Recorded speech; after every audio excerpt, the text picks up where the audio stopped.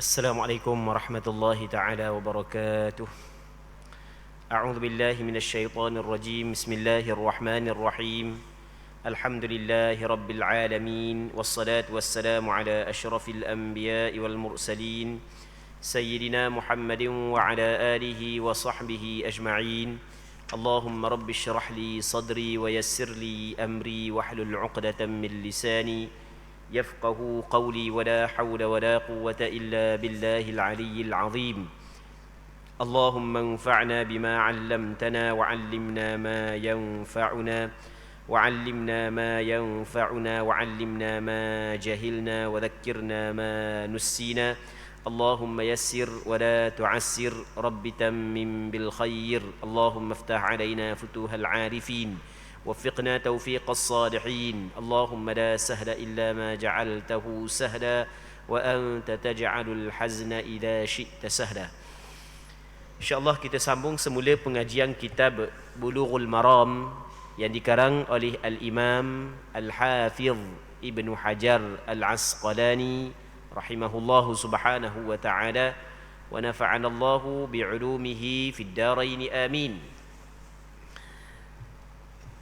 Katanya daripada Ummu Salamah radhiyallahu anha, beliau berkata, Rasulullah sallallahu alaihi wasallam pernah bersabda, la yuharrimu minar radha'i illa ma fataqal am'a'a wa kana qabla al-fitam. Sesuang itu tidak mengharamkan kecuali sesuang yang membelah usus dan terjadi sebelum daripada berpisah susu. Hadis ini diriwayatkan oleh Imam Tirmizi dan disahihkan oleh beliau, yakni Imam Tirmizi, dan oleh Imam Al-Hakim An-Naisaburi.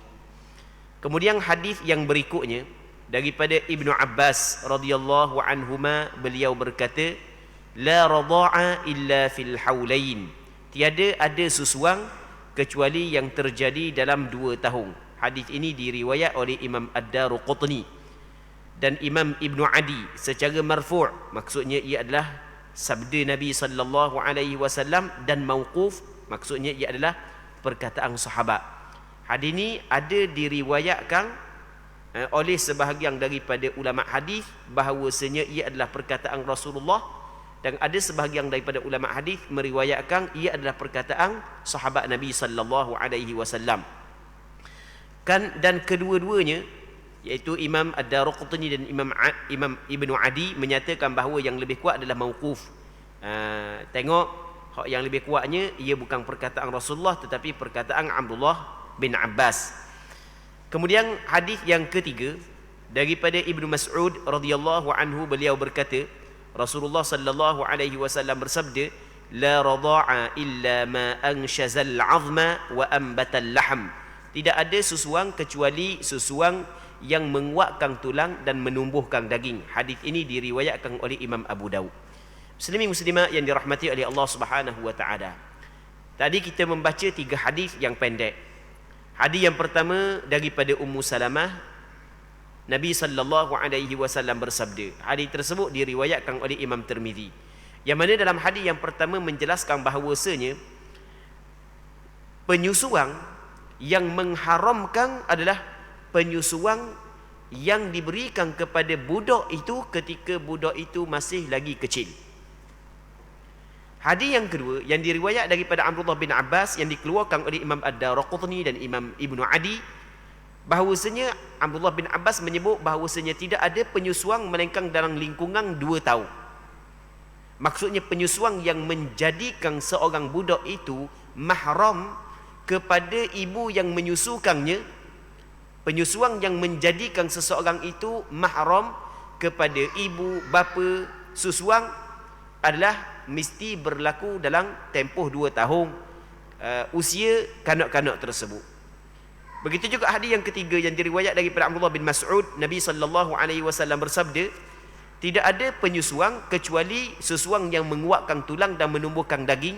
Dan diriwayat oleh Imam Abu Daud, ia memberi maksud bahawasanya penyusuan yang kepada seorang yang telah dewasa, ia tidaklah menjadi penyebab kepada orang yang menyusu itu menjadi mahram kepada orang yang memberi susu kepadanya. Muslimin muslimat yang dirahmati oleh Allah Subhanahu wa taala, berpandukan kepada hadis-hadis yang kita baca tadi, maka ulama fiqh meletakkan syarat untuk menjadikan seseorang itu mahram dengan sebab penyusuan, ialah orang yang menyusu, budak yang menyusu masih lagi umur dia 2 tahun ke bawah, tidak lebih daripada 2 tahun. Andai kata lebih daripada 2 tahun, dia tidak jadi anak susu. Baik, ada juga sebahagian daripada soalan yang pernah diajukan, kepada hamba sendiri beberapa kali, yang mana dia tanya, dah kalau tok lelaki sak susu bini, adakah menjadikan suami tu anak susuan?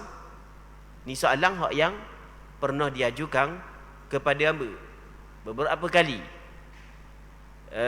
Sama ada hamba duduk di Jabatan Mufti Negeri Terengganu, dan di rumah ada orang yang WhatsApp tanya soalan seperti ini.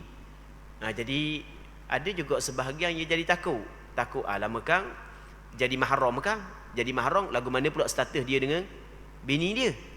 Baik, jawapannya adalah umur yang menjadikan seseorang itu mahram kepada orang yang bagi susu kepada dia mesti tidak lebih daripada 2 tahun.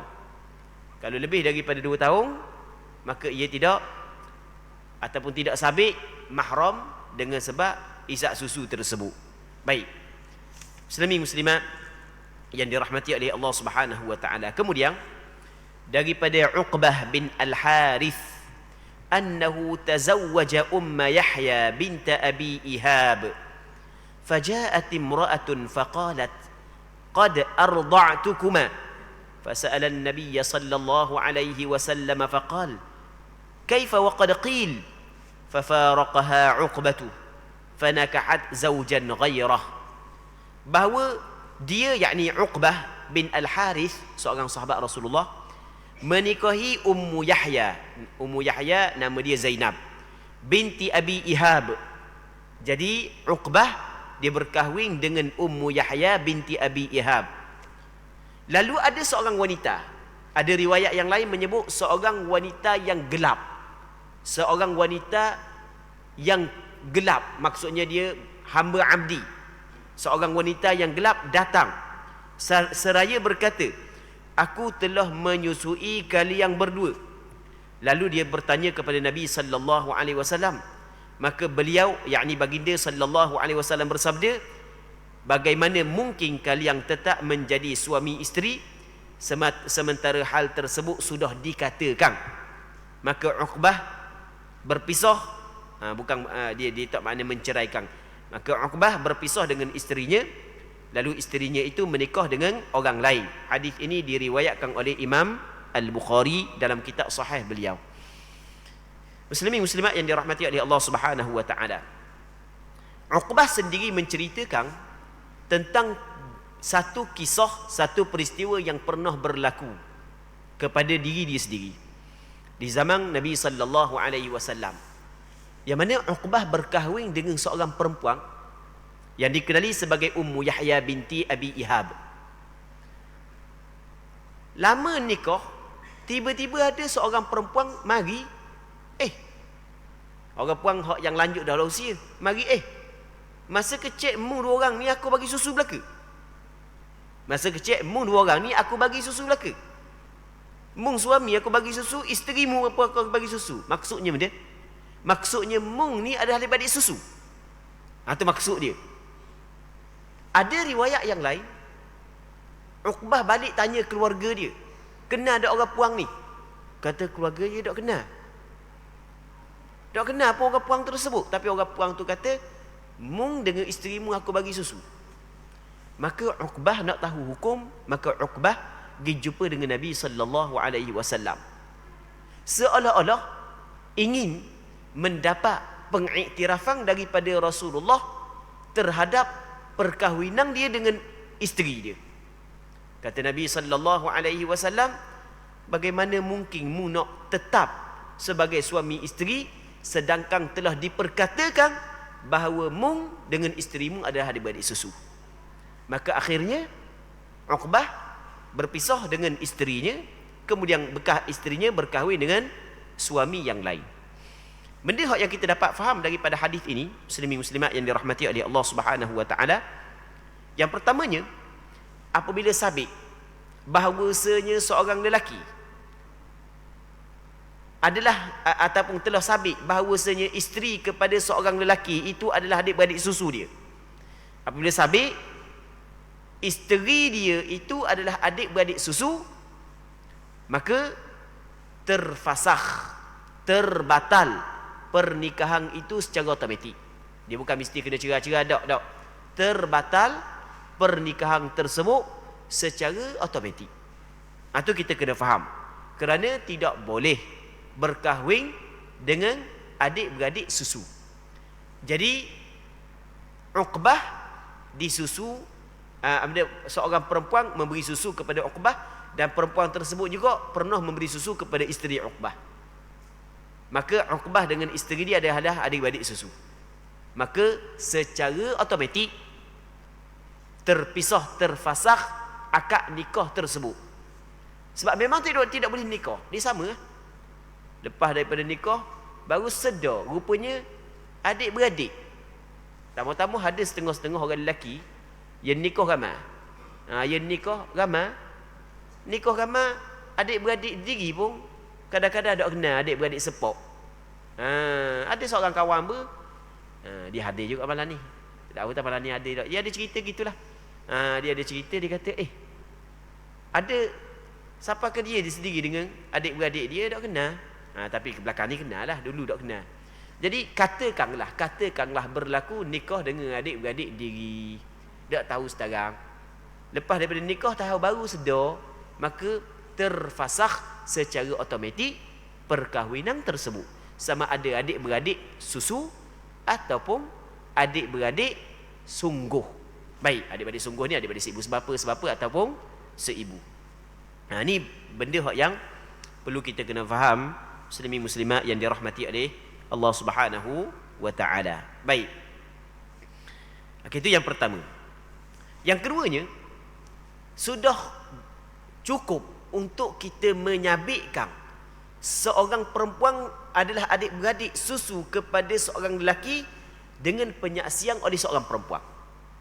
Seorang perempuan yang menjadi saksi bahawasanya orang lelaki ni adalah adik-beradik susu dengan orang perempuan ni. Dia khabar dia yang bagi susu, maka sudah cukup penyaksian dia. Boleh diterima penyaksian dia sebagaimana apa yang berlaku di zaman Rasulullah sallallahu alaihi wasallam terhadap Uqbah dan Ummu Yahya binti Abi Ihab. Okey, itu yang kedua. Yang ketiga, dahwana andai kata dapat anak. Sekarang ni baru sedar adik-beradik susu. Dan nikah lama dah.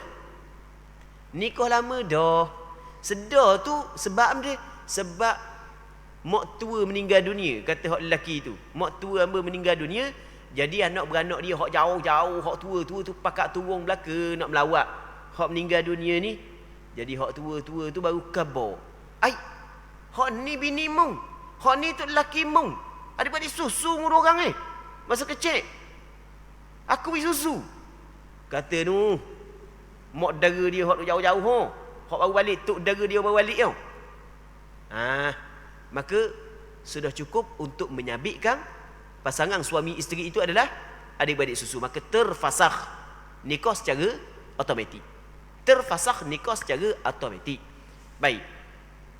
Dah anak hak dapat tu, hak dapat mana hak dapat? Anak hak dapat dikirakan sah taraf. Maksudnya sah taraf, anak itu dibengkan kepada ayah. Mak dia tetap mak hak yang melahirkan dia. Ayah dia adalah hak yang pernah menjadi suami kepada mak dia, hak yang adik-beradik susu dengan mak dia. Sebab setiap anak yang lahir daripada wati syubhah, ini dipanggil dia wati syubhah, persetubuhan kerana ada syubhah. Dia ingat sah nikah dia ingat halal nikah, jadi nikah, rupanya tak jadi. Jadi hak yang dia ingat halal nikah pada hakikatnya tidak halal, maka persetubuhan yang berlaku pada ketika itu dikirakan wati syubhah, persetubuhan syubhah. Persetubuhan syubhah, anak yang dapat sah nasab dia. Tu kita kena faham, muslimin muslimat yang dirahmati oleh Allah Subhanahu wa taala. Baik. Kemudian hadis yang berikutnya daripada Ziyad, beliau berkata, naha Rasulullah sallallahu alaihi wasallam an tustarda'al hamqa. Rasulullah sallallahu alaihi wasallam melarang wanita yang lemah akalnya diminta menyusui. Maksud al-hamqa ni perempuan hak yang bodoh, perempuan hak yang tak cerdik. Maksudnya orang hak yang bukan orang hak yang normal dah. Jadi dalam hadis ni Rasul larang. Kita ada anak kecil suruh isap susu dia. Kerana mana? Kerana dibimbangi berjangkit kebodohan tersebut kepada si anak. Okey, tetapi hadis ini bukanlah hadis sahih. Hadis ini adalah hadis dhaif. Apabila hadis dhaif, maka ia tidak boleh dijadikan sandaran. Diriwayatkan oleh Imam Abu Daud dan hadis ini adalah hadis mursal kerana Ziyad itu bukanlah sahabat Nabi sallallahu alaihi wasallam. Hadis mursal ni adalah hadis yang terputus sanad. Baik. Kemudian kita masuk dalam bab yang berikutnya adalah bab nafqah. Daripada Aisyah radhiyallahu taala anha, beliau berkata, dakhalat Hindun bintu Utbah imra'atu Abi Sufyan ala Rasulillah sallallahu alaihi wasallam. Faqalat ya Rasulullah, inna Aba Sufyan rajulun shahihun la yu'tini minan nafaqati ma yakfini wa yakfi bani illa ma akhadhtu min malihi bighairi ilmi fahal alayya fi dhalika min junah. Faqala sallallahu alaihi wasallam khudhi min malihi bil ma'rufi ma yakfiki wa yakfi banik. Hindun binti Utbah. Hindun bintu Utbah. Siapa dia? Isteri kepada Abu Sufyan. Ni setelah daripada dia memeluk Islam dah ni. Dia memeluk Islam, Abu Sufyan memeluk Islam. Abu Sufyan dengan Hindun, dia pada peringkat awal dia di antara orang yang cukup kuat memusuhi, menentang Nabi sallallahu alaihi wasallam. Hindun dengan Abu Sufyan. Kemudian Abu Sufyan memeluk Islam, lepas daripada itu Hindun juga memeluk Islam, dan lepas daripada kedua memeluk Islam, elok Islam dia. Baik. Jadi satu ketika Hindun mari jumpa dengan Nabi sallallahu alaihi wasallam. Dia khabar kepada Rasulullah, wahai Rasulullah, sesungguhnya Abu Sufyan adalah seorang yang kikir. Kikir ni orang yang kerekuk sungguh. Kerekuk sungguh. Itu syahih. Abu Sufyan ni orang kerekuk sungguh Rasulullah. Tok lelaki isteri pergi jumpa dengan Rasulullah, khabar kepada Rasulullah bahawa tok lelaki dia kerekuk. Kalau tok lelaki tahu, tok lelaki suka ke tak? Tak ada orang lelaki suka kalau bini pergi khabar kepada mufti ke, khabar kepada qadi ke, khabar kepada ustaz, nak tanya hukum, khabar tok lelaki kerekuk. Tak ada orang suka walaupun tok lelaki kerekuk sungguh. Dia pada asalnya kita sebut benda, kita sebut sesuatu yang tuang dia, kalau tuang dia tahu tuang dia tu benci, tak suka, maka perkara itu adalah salah. Perkara itu dikirakan sebagai dosa. Dalam istilah ulama dinamakan sebagai ghibah ataupun mengumpat. Mengumpat ni adalah kita sebut benda yang ada pada saudara kita yang dia tidak suka, benda tu disebut. Itu yang dinamakan sebagai mengumpat. Mengumpat termasuk dalam dosa besar. Allah Ta'ala larang dalam Al-Quranul Karim. Allah Ta'ala khabar wala yaghtab ba'dukum ba'da. Jangan sebahagian daripada kamu mengumpat sebahagian yang lain. Allah Ta'ala buat perbandingan orang mengumpat ni. Ayuhibbu ahadukum an ya'kula lahma akhihi maitan fakarihtumu. Adakah suka seorang di kalangan kamu makan daging saudaranya dalam keadaan saudara dia mati? Semua kamu tak suka belaka. Tengok Allah Ta'ala buat perbandingan. Mengumpat ni makan macam makan daging saudara dia hak yang mati tau. Tengok orang mati pakat pergi kekeh sikit seorang. Macam zombie tau. Ha tu Allah Taala buat perbandingan orang hak yang mengumpat. Tapi kita dak ngumpat ni kita rasa sedap. Dak sedap kalau dak ngumpat. Kalau ngumpat baru rasa sedap. Ini di antara musibah yang besar. Ini di antara musibah yang besar. Banyak mana orang kita mengumpul dosa melalui perbuatan mengumpat. Kata kepada orang, sebut benda-benda yang orang tak suka. Perbuatan dia, perkataan dia, keluarga dia, pekerjaan dia, pakaian dia. Ni semua benda yang dilarang oleh agama. Satu hadis yang diriwayat oleh Imam Muslim, Nabi SAW pernah tanya kepada para sahabat Nabi SAW. Kata Rasulullah kepada para sahabat, atadruna mal ghibah? Mu tahu tak apa itu mengumpat? Mu tahu tak benda mengumpat? Kata para sahabat, qalu Allah wa rasuluhu a'lam. Allah dan Rasul lebih mengetahui. Kata Nabi SAW, zikruka akhaka bima yakrah. Maksudnya mengumpat ni mung sebut saudaramu, saudara seagama, saudara seislam, benda yang dia tak suka. Mu sebut benda yang dia tak suka, itu yang dinamakan sebagai mengumpat. Tak kiralah mu sebut benda perbuatan dia ke, perkataan dia ke, pekerjaan dia ke, keluarga dia ke. Kalau benda tu dia tak suka yang melibatkan hal peribadi dia, mu sebut, maka itu yang dinamakan sebagai mengumpat. Kemudian ada sahabat tanya Nabi SAW.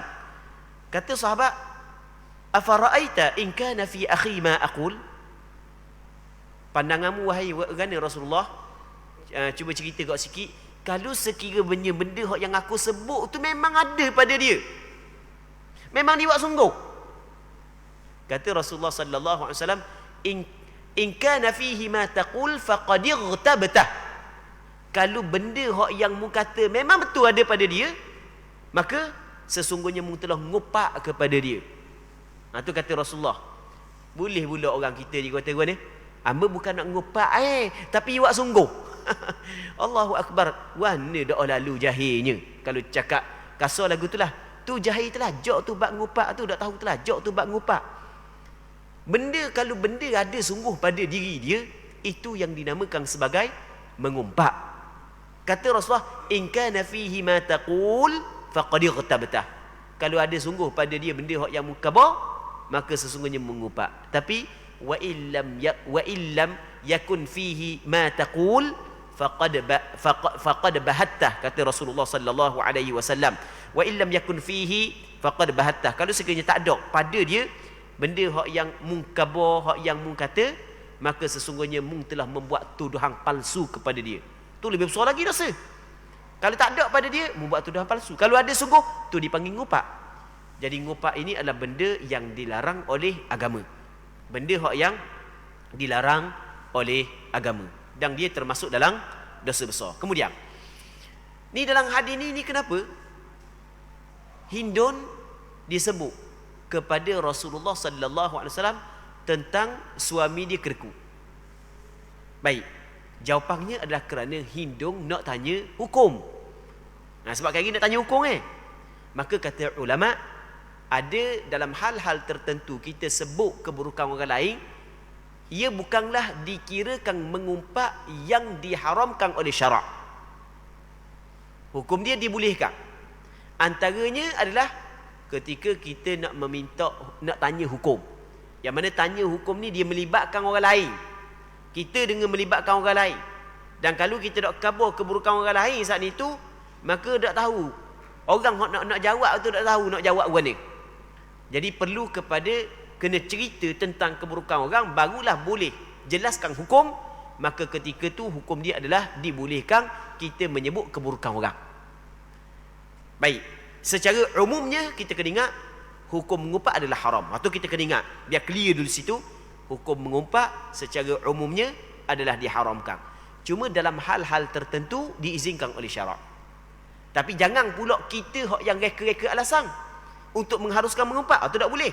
Kadang-kadang direka-reka alasan untuk mengharuskan perbuatan mengumpat itu. Itu tidak dibolehkan. Apa yang disebut oleh ulama fiqh, ada 6 tempat. Ada 6 tempat boleh kita menyebut keburukan orang lain. Apabila kita menyebut keburukan orang lain, Apabila ada salah satu daripada 6 sebab ini, maka ia tidak dikirakan mengumpat yang dilarang dan diharamkan oleh syarak. Yang mana 6 perkara ini disebut dalam 2 bait syair, dua bait syair yang disebut oleh sebahagian daripada ulama. Dia sebut lagu mana, az-zammu laysa bighibatin fi sittati.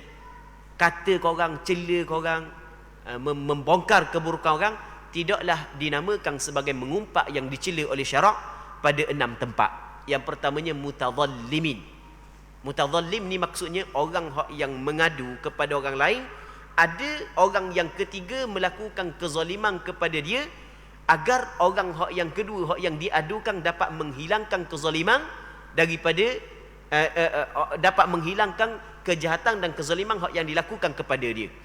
Jadi ada seorang dia buat zalim kepada dia, maka dia pun pergi cerita kepada orang lain saat itu mampu untuk menghilangkan kezaliman daripada dia. Maka boleh dia cerita, orang tu ambil lipat aku, orang tu buat dari mutu aku, orang lain. Okey, boleh. Hak tu tidak menjadi masalah. Itu yang pertama, mutadhallimin. Yang keduanya wa mu'arrifi, nak memperkenalkan. Kadang-kadang kalau dia sebut gelaran dia, gelaran buruk dia tak kenal. Kena sebut gelaran buruk juga baru kenal. Nak cari siapa? Nak cari Sa'ad tu lah. Sa'ad mana? Sa'ad tu lah, sebab kapur ni ramai Sa'ad. Hak mana se? Kita pun sebut tu Sa'ad tu hak jalan kecok-kecok, hak perut bucik baru kenal. Contoh, tu tidak menjadi masalah. Sebab kita nak mentarifkan, nak memperkenalkan. Baik. Begitu juga wa muhadziri, nak memberi peringatan. Orang ni jahat nak beri peringatan. Jangan kawang dengan dia. Dia ngisap dan seumpamanya. Itu tidak menjadi masalah. Sebab dia boleh mendatangkan mudarat kepada orang lain. 3. Yang keempatnya adalah walimudhirin fisqan. Orang yang menzahirkan sifat fasiknya, perbuatan fasiknya, perbuatan maksiatnya. Dia sendiri yang mendedahkan perbuatan maksiatnya, maka tidak menjadi masalah. Kita sebut sebab dia sendiri tidak menutup kejahatan yang dia buat. Dia buat kejahatan, dia post pula dalam Facebook. Kalau kita kata hak tu tidak menjadi masalah sebab dia sendiri tidak menutup kejahatan dia. Baik. Hak tu yang keempat. Yang kelimanya adalah wa mustaftin. Orang yang minta fatwa, nak tanya hukum. Jadi bila tanya hukum yang melibatkan dia dengan orang lain, maka kena sebutlah, tidak nak jelaskan hukum lagu mana. Itu yang kelima. Yang keenamnya adalah wa man talabal i'anata fi izalati munkari. Sesiapa yang nak minta pertolongan untuk menghilangkan kemungkaran. Tengok ada orang buat kejahatan, ada orang buat maksiat, duk warna dua orang tu, puang lelaki celah batu duk peluk. Kita nak pergi seorang, tak berani. Maka pergi kabur ke orang lain, ajak 2-3 orang. Cerita tentang keburukan orang. Itu tak ada masalah. Sebab dia nak menghilangkan kemungkaran. Ripuk ke, jabat agama ke, itu tak ada masalah. Sebab untuk menghilangkan kemungkaran. Baik. Dia ada 6 tempat yang dibolehkan. Jadi bukan semua kita kata ke orang benda yang tidak suka adalah dibolehkan. Bahkan hukum asalnya adalah tidak dibolehkan. Secara umum tidak dibolehkan, melainkan dalam hal-hal tertentu dibolehkan. Antaranya adalah minta fatwa, nak tanya hukum, sebagaimana yang dilakukan oleh Hindun bintu Utbah. Jadi Rasulullah pun tak larang pun dia khabar kepada Rasulullah tentang suami dia Abu Sufyan, seorang lelaki yang kedeku. Dia pun cerita, dia tidak memberiku nafkah yang cukup untukku dan anak-anakku. Jadi dia nafkah tidak bagi kepada aku, nafkah yang mencukupi untuk aku dan anak-anak aku. Melainkan, kata dia, kecuali sebahagian hartanya yang aku ambil tanpa pengetahuannya. Hamba cukup dengan anak makan ni apa semua sekali ni kerana hamba ambil tanpa pengetahuan dia. Kau dah ambil memang lapor cakap kita kau. Baik. Jadi mari nak tanya Rasulullah. Katanya, apakah aku berdosa dengan hal tersebut? Jadi aku ambil harta dia tanpa pengetahuan dia untuk mencukupkan nafkah aku dan nafkah untuk anak-anak aku ni yang menjadi kewajipan kepada dia. Adakah aku dikirakan berdosa aku ambil tanpa pengetahuan dia? Kata Nabi sallallahu alaihi wasallam, Rasul jawab lagu mana? Ambillah dari hartanya dengan cara yang baik. Rasul kata dengan cara yang baik. kadar yang cukup untukmu dan anak-anakmu. Jadi qada hak yang cukup untukmu dan untuk anak-anakmu. Mengambil dengan cara yang baik, qada hak yang cukup untukmu dan anak-anakmu. Jadi bermakna tidaklah salah, tidaklah berdosa, hanya sekadar untuk nafkah dia dan nafkah anak-anak dia. Muslimin muslimat yang dirahmati oleh Allah Subhanahu wa taala. Bab ni kita kena perincikan sikit supaya orang hak yang belajar hadis ini dia tidak silap faham. Jadi kalau gitu kok hamba ada keperluan nak beli benda, tok lelaki tak tahu pun pakai ambil lah piti tok lelaki, dak khabar sepatah pun tak apa. Sebab Rasulullah khabar kepada Hindun mengambil sekadar untuk keperluanmu. Lepas tu dia pula tak dapat nak beza di antara nafkah dengan keinginan, kehendak. Nafkah yang wajib, lepas tu bukan nafkah yang wajib, dia tidak dapat nak bezakan. Jadi habis mau pilih hidup lelaki lagi jadi akhirnya. Baik. Jadi kita kena faham dulu benda nafkah yang diwajibkan kepada lelaki beri kepada perempuan. Nafkah yang diwajibkan yang pertamanya makanan dan minuman. Makanan dan minuman. Yang keduanya adalah tempat tinggal. Kalau tok lelaki sewa dah rumah ataupun rumah tok lelaki dah ataupun dah kira dah ada dah tempat tinggal, maka tak ada lah bab tempat tinggal tu. Yang ketiganya adalah pakaian. Okey, itu nafkah yang wajib. Yang pertamanya adalah makan minum, yang keduanya kediaman, yang ketiganya adalah tempat tinggal. Jadi kalau untuk lelaki belaka dah, maka tak ada masalah. Adapun duit bulanan, duit belanja bulanan pun semua sekali, hak selain daripada makan dan minum, hak tu tidak termasuk dalam nafkah yang wajib. Hak tu kita kena faham muslimin muslimat yang dirahmati oleh Allah Subhanahu wa taala. Jadi kalaulah nafkah yang wajib tok lelaki dak bagi, maka boleh, tidak berdosa, harus isteri mengambil sebahagian daripada harta tok lelaki dia tanpa pengetahuan tok lelaki dia untuk nafkah dia. Begitu juga kalau tok lelaki dak cara kepada anak-anak, nafkah dak bagi, tapi nafkah yang wajib. Bukanlah buka Shopee nak beli belaka, tok lelaki dak bagi piti pakai ambil juga. Sebab Rasulullah izinkan kepada Hindun. Tu silap faham hadis. Tu salah dalam memahami hadis. Sebab itulah Rasul kata dalam mana? Khudhi ma yakfiki. Khudhi bil ma'ruf ma yakfiki wa banik. Mengambil dengan cara yang baik apa hak yang mencukupi untukmu dan anakmu, hal yang melibatkan nafkah. Muslimin muslimat yang dirahmati oleh Allah Subhanahu wa taala. Jadi apa hak yang kita dapat faham daripada hadis ini adalah yang pertama sekali, menjadi kewajipan kepada suami memberi nafkah kepada isteri selama mana isteri saat itu tidak derhaka kepada suami, tidak melakukan nusyuz kepada suami. Yang keduanya, menjadi kewajipan kepada bapa memberi nafkah kepada anak-anak. Tapi anak-anak yang wajib bagi nafkah hak mana? Yang pertama sekali, anak yang masih kecil, yang belum balik. Yang keduanya adalah anak hak yang telah balik, hak besar, hak yang cacat, hak yang sakit, hak yang tidak mampu untuk bekerja. Dua. Yang ketiganya adalah anak hak yang besar yang menghalang dia daripada mencari harta. Yang menghalang dia mencari harta kerana dia belajar benda hak yang diwajibkan. Baik, maka menjadi kewajipan kepada si ayah memberi nafkah terhadap anak tersebut.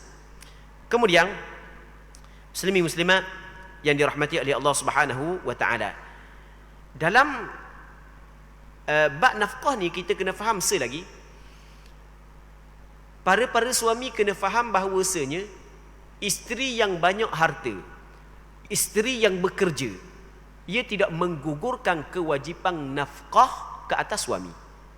Jadi jangan pula isteri hamba banyak piti dah tak wi pun tak apa, tak boleh. Bak dia banyak piti tu bak lain, bak kewajipan awak bagi nafkah tu bak lain.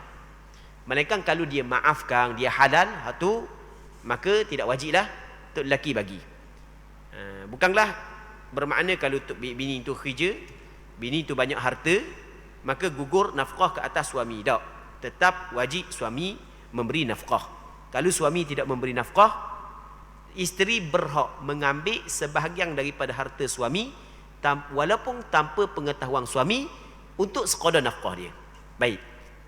Kemudian daripada Tariq Al-Muharibi, beliau berkata, qadimna al-Madinata fa idza Rasulullah sallallahu alaihi wasallam qa'imun 'ala al-minbar yakhutubu an-nas wa yaqul yadul mu'til 'ulya wabda' biman ta'ul ummaka wa abak wa ukhtak wa akhak thumma adnaka fa adnak. Kami datang ke Madinah, kata seorang sahabat Rasulullah sallallahu alaihi wasallam yang dikenali sebagai Tariq bin Abdullah Al-Muharibi. Dia kata mana? Kami datang ke Madinah dan ternyata Rasulullah sallallahu alaihi wasallam sedang berdiri di atas mimbar berkhutbah kepada orang-orang, kepada para sahabat, dan beliau bersabda, tangan pemberi adalah tangan yang paling atas, tangan pemberi adalah tangan yang mulia. Jadi Rasulullah sallallahu alaihi wasallam sebut tangan pemberi adalah tangan yang mulia adalah kerana Rasulullah sallallahu alaihi wasallam nak daripada umat dia supaya biar umat dia ni duduk pada pihak memberi, bukan duduk pada pihak penerima. Sebab tangan pemberi adalah tangan yang mulia.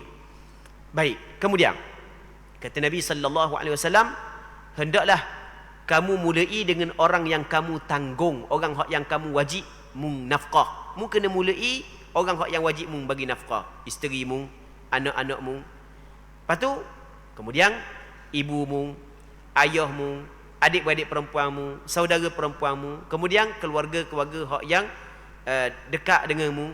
Jadi mung kena dahulukan orang hak yang wajib, mung kena bagi nafkah. Muslimin muslimat yang dirahmati oleh Allah Subhanahu wa taala. Hadis ni sebenarnya adalah hadis panjang. Tariq bin Abdullah Al-Muharibi dia kata, aku melihat Nabi sallallahu alaihi wasallam 2 kali. Ini kali kedua dia melihat Rasulullah ni. Hadis ni panjang. Hadis ni Imam Ibn Hajar Al-Asqalani ambil sebahagian sahaja. Hadis ni panjang lagi, ada lagi sebelum. Dia kata, aku pernah melihat Rasulullah 2 kali. Apa nak sebut kok hak yang pertama, sebab hak yang pertama ni ada cerita hak yang cukup luar biasa.